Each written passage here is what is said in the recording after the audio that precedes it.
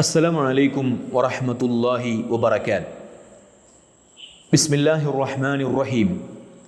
വൽഹംദുലില്ലാഹില്ലദീ ഹദാനാ ലിഹാദാ വമാ കുന്നാ ലിനഹ്തദിയ ലൗലാ അൻ ഹദാനല്ലാഹ്. സ്നേഹം നിറഞ്ഞ സഹോദരന്മാരെ, സഹോദരിമാരെ, കഴിഞ്ഞ 1-2 ക്ലാസ്സുകളിൽ ഖുർആൻ പഠനത്തിൻ്റെ ശ്രേഷ്ഠതയും അതിൻ്റെ പ്രാധാന്യവും അത് പഠിക്കുന്നവർക്കുള്ള നേട്ടവും ഏതൊക്കെയാണ്, എത്രത്തോളമുണ്ട് എന്നതൊക്കെയാണ് സൂചിപ്പിച്ചത്. അതുമായി ബന്ധപ്പെട്ട് ചില സംഗതികൾ കൂടെ സൂചിപ്പിക്കാനാണ് ഇന്നത്തെ ദർസിലൂടെ ഉദ്ദേശിക്കുന്നത്. നബി സല്ലല്ലാഹു അലൈഹി വസല്ലം പറഞ്ഞു, മനുഷ്യരിൽ ഏറ്റവും ഉത്തമർ അത് ഏറ്റവും നല്ല ബുദ്ധിയുള്ളവരല്ല, അല്ലെങ്കിൽ ഏറ്റവും നല്ല ജോലി കരസ്ഥമാക്കിയവരല്ല, ഡോക്ടറോ എൻജിനീയറോ പ്രൊഫസർമാരോ അങ്ങനെ ആരുമല്ല, മറിച്ച് നിങ്ങളിൽ ഏറ്റവും ഉത്തമർ നിങ്ങളിൽ ഖുർആൻ പഠിക്കുന്നവരാണ്. ഖൈറുക്കും മൻ തഅല്ലമൽ ഖുർആന വഅല്ലമഹു. ഖുർആൻ പഠിക്കുകയും അത് മറ്റുള്ളവർക്ക് പകർന്നു കൊടുക്കുകയും അവരെ കൂടെ പഠിപ്പിക്കുകയും ചെയ്യുന്നവരാണ് നിങ്ങളിൽ ഏറ്റവും ഖൈറായവർ എന്ന് നബി സല്ലല്ലാഹു അലൈഹി വസല്ലം നമ്മെ പഠിപ്പിച്ചു. ഈ ഹദീസ് ഉദ്ധരിക്കുന്നത് ഇമാം ബുഖാരി അദ്ദേഹത്തിൻ്റെ സ്വഹീഹിലാണ്. ഈ ഹദീസിൻ്റെ അടിസ്ഥാനത്തിൽ പണ്ഡിതന്മാർക്കിടയിൽ വലിയ ചർച്ചയുണ്ട്.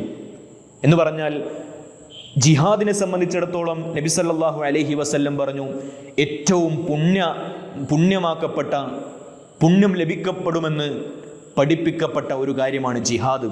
മഹാനായ ഇമാം അസ്സൗരി റഹ്മത്തുള്ളാഹി അലൈഹി, അദ്ദേഹം പ്രസിദ്ധനായ പണ്ഡിതനാണ്. അദ്ദേഹത്തോട് ഈ വിഷയത്തിൽ ഒരു ചോദ്യം ഉന്നയിക്കപ്പെട്ടു. ഖുർആൻ പഠിക്കുന്നവരാണ് നിങ്ങളിൽ ഏറ്റവും ഉത്തമർ എന്ന നബി സല്ലല്ലാഹു അലൈഹി വസല്ലമയുടെ ഹദീസ് ഉണ്ടല്ലോ, എങ്കിൽ ജിഹാദിനേക്കാൾ പ്രതിഫലം ഖുർആൻ പഠിക്കുന്നവർക്ക് ലഭിക്കുമോ?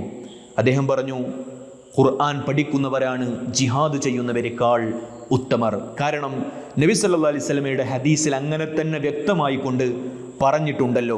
ഫറജ്ജഹ സാനിയ, അപ്പൊ രണ്ടാമത് എന്ന് പറഞ്ഞാൽ ഖുർആൻ പഠിക്കുന്നവരെയാണ് ഏറ്റവും ഉത്തമരായി കണക്കാക്കേണ്ടത് എന്ന ആ ഒരു ആശയത്തെ ഇമാം സൗരി മുന്നോട്ട് വെക്കുകയും അതാണ് യഥാർത്ഥത്തിലുള്ള ശരിയായ നിലപാട് എന്ന്, അഭിപ്രായമെന്ന് ഇമാം സൗരി ഈ ഹദീസിൻ്റെ അടിസ്ഥാനത്തിൽ പ്രഖ്യാപിക്കുന്നുണ്ട്, പറയുന്നുണ്ട്. അപ്പോൾ നോക്കൂ പ്രിയപ്പെട്ടവരെ, സുഹൃത്തുക്കളെ, ഖുർആൻ പഠിക്കുക എന്നത് അത് ചില്ലറ കാര്യമല്ല.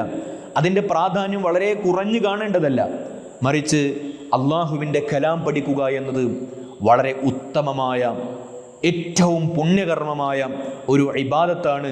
അതിനത്രമേൽ പ്രാധാന്യമുണ്ട് എന്ന് നാം ഓരോരുത്തരും തിരിച്ചറിയേണ്ടതുണ്ട്. ഖുർആൻ പഠിക്കുന്നവർ അവരുടെ പ്രാർത്ഥന അല്ലാഹു സുബ്ഹാനഹു വ തആല പ്രത്യേകം സ്വീകരിക്കും. മതപഠനം, ആ മതപഠനത്തിൽ ഏർപ്പെടുന്നവർ, അള്ളാഹു നേരത്തെ പറഞ്ഞല്ലോ, ഇസ്തിഗ്ഫാറും അതേപോലെ തന്നെ അള്ളാഹുവിൽ നിന്നുള്ള പ്രത്യേകം പരിഗണന ലഭിക്കുന്നവരുമാണ് ഖുർആൻ പഠിക്കുന്നവർ. അപ്പോൾ ആ ഖുർആൻ പഠിക്കുന്നവർ അള്ളാഹുവിനോടൊരു കാര്യം പറഞ്ഞാൽ അത് അള്ളാഹു പ്രത്യേകമായി കൊണ്ട് തന്നെ പരിഗണിക്കും എന്നുള്ളത് നാം ഇതിൻ്റെ കൂട്ടത്തിൽ മനസ്സിലാക്കേണ്ടതുണ്ട്. മാത്രവുമല്ല, ഉലമാക്കളെ സംബന്ധിച്ചിടത്തോളം ഖുർആൻ പഠിക്കുന്ന, ഹദീസുകൾ പഠിക്കുന്ന ആളുകൾ അത് പണ്ഡിതന്മാർ, പിന്നെ പണ്ഡിതന്മാരെന്ന് പറയുന്നവർ പ്രവാചകന്മാരുടെ അനന്തരാവകാശികളാണ് എന്ന് നബി സല്ലല്ലാഹു അലൈഹി വസല്ലം നമ്മെ പഠിപ്പിച്ചു. അള്ളാഹുവിൻ്റെ പ്രവാചകൻ പറഞ്ഞു, പണ്ഡിതന്മാർ അല്ലെങ്കിൽ അമ്പിയാക്കന്മാർ അവർ ലം യുവരിസു ദീനാറൻ വലാ ദിർഹമൻ. പ്രവാചകന്മാർ അവരുടെ മക്കൾക്കും അവരുടെ പിൽക്കാലക്കാർക്കും വേണ്ടി ഒരു ദീനാറോ ഒരു ദിർഹമോ ബാക്കി വച്ചിട്ടില്ല, മറിച്ച് വ ഇന്നമാ വറസു അൽ ഇൽമ, അവർ ബാക്കി വച്ചിട്ടുള്ളത് ഇൽമിനെയാണ്.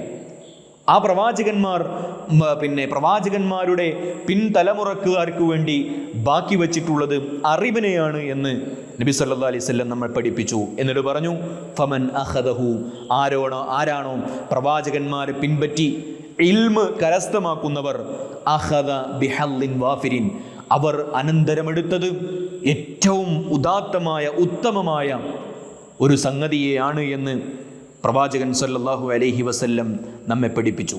അതുകൊണ്ട് തന്നെ ഖുർആൻ പഠിക്കാനുള്ള ഒരു ശ്രമം, അതിനുവേണ്ടിയുള്ള ഒരു താല്പര്യം നമ്മളിൽ ഓരോരുത്തരിലും ഉണ്ടാകേണ്ടതുണ്ട്. നബി സല്ലല്ലാഹു അലൈഹി വസല്ലം പറഞ്ഞു, മൻ ഖറജ ഫീ തലബിൽ ഇൽം, അള്ളാഹുവിൻ്റെ ഖുർആൻ പഠിക്കണമെന്ന് ആഗ്രഹിച്ചുകൊണ്ട്, ഹദീസുകൾ പഠിക്കണമെന്ന് ആഗ്രഹിച്ചുകൊണ്ട് ആരെങ്കിലും വീട്ടിൽ നിന്നും പുറത്തിറങ്ങിയാൽ ഫഹുവ ഫീ സബീലില്ലാഹി ഹത്താ യർജിഅ, അവൻ തിരിച്ച് വീട്ടിലേക്ക് കയറി വരുന്നതുവരെ അള്ളാഹുവിൻ്റെ മാർഗത്തിലാണ്, അള്ളാഹുവിൻ്റെ പാതയിലാണ്. അങ്ങനെ അള്ളാഹുവിൻ്റെ മാർഗത്തിൽ, അള്ളാഹുവിൻ്റെ സബീലിലായിക്കൊണ്ട് ആരെങ്കിലും മരണപ്പെടുകയാണെങ്കിൽ അവൻ സ്വർഗത്തിലേക്ക് തന്നെയായിരിക്കും പോകുന്നത് എന്നും പ്രവാചകൻ സല്ലല്ലാഹു അലൈഹി വസല്ലം പറഞ്ഞു തന്നതായിക്കൊണ്ട് നമുക്ക് കാണാൻ കഴിയും. അതുകൊണ്ട് ഇങ്ങനെയൊരു ശ്രദ്ധ നമ്മുടെ ജീവിതത്തിൽ ഉണ്ടാകേണ്ടത് വളരെ അനിവാര്യമാണ് എന്ന് നാം ഓരോരുത്തരും തിരിച്ചറിയുക. മറ്റൊരു ഹദീസിൽ നബി സല്ലല്ലാഹു അലൈഹി വസല്ലം നമ്മെ പഠിപ്പിക്കുന്നത്,